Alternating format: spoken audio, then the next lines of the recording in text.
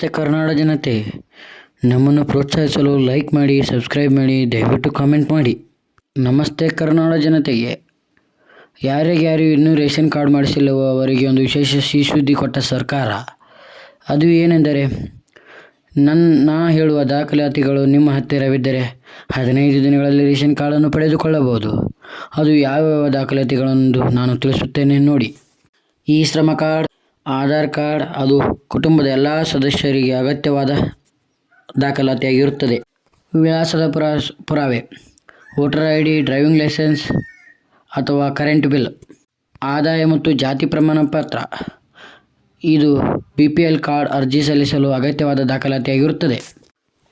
Photo, passport size photo, ಈ ಇತ್ತೀಚಿನ 30 ದಿನಗಳ ಫೋಟೋ ಅಗತ್ಯವಾಗಿರುತ್ತದೆ.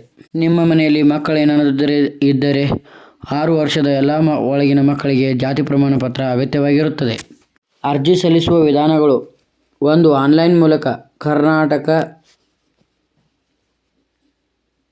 ಆಹಾರ ಮತ್ತು ನಾಗರಿಕ ಸರಬರಾಜು ಇಲಾಖೆಯ ವೆಬ್ಸೈಟ್ಗೆ ಅರ್ಜಿ ನೀಡಿ ಹೊಸ ಅರ್ಜಿಗಳನ್ನು ಸಲ್ಲಿಸಬಹುದು.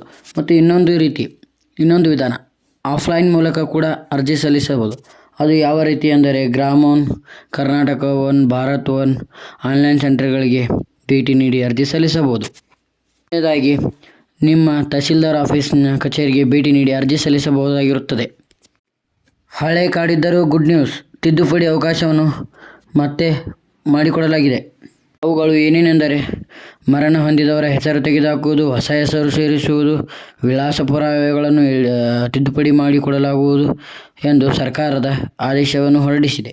ಕೊನೆಯದಾಗಿ, ರೇಷನ್ ಕಾರ್ಡ್ ಅಕ್ಕಿ, ಗೋಧಿ, ರೇಷನ್ ಪಡೆಯಲು ಮಾತ್ರವಲ್ಲ, ಅನೇಕ ಯೋಜನೆ, ಆಯುಷ್ಮಾನ್ ಯೋಜನೆಗಳನ್ನು ಫಲಾನುಭವಿಸಲು ಯೋಚಿಸಲಾಗಿದೆ. ಈ ರೀತಿ ಇನ್ನೂ ವಿಡಿಯೋಗಳನ್ನು ನೋಡಬೇಕಾದಲ್ಲಿ ಸಬ್ಸ್ಕ್ರೈಬ್ ಮಾಡಿ, ಲೈಕ್ ಮಾಡಿ, ಇಷ್ಟ ಆದಲ್ಲಿ ನಮ್ಮನ್ನು ಪ್ರೋತ್ಸಾಹಿಸಿ ಕಮೆಂಟ್ ಮಾಡಿ.